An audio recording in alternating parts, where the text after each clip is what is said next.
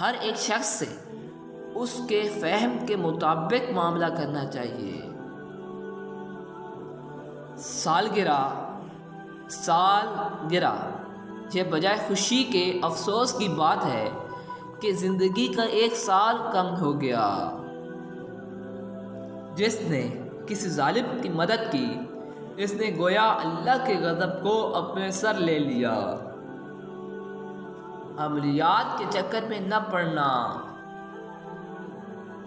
اللہ تعالیٰ کا محبوب بننے کے لیے اتباع سنت سے بڑھ کر کوئی چیز نہیں۔ ہر نماز کو زندگی کی آخری نماز سمجھ کر پڑھیے۔ کسی سے بدلہ لینے میں جلدی اور نیکی کرنے میں دیر نہ کرو۔ صحابی کے نام کے ساتھ رضی اللہ تعالی عنہ اور فوت شدہ شخصیت کے ساتھ رحمت اللہ ضرور پڑھیے۔ ہماری تمام پریشانیوں کا حل قرآن کریم پڑھنا اور اس پر عمل کرنا ہے۔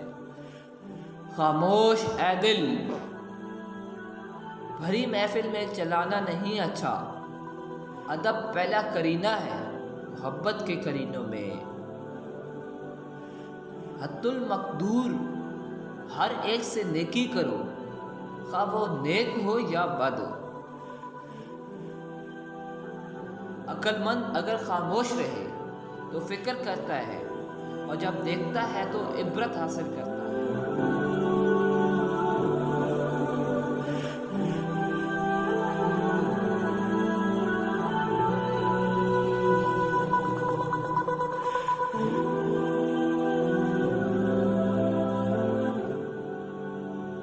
پرہیز علاج سے بہتر ہے۔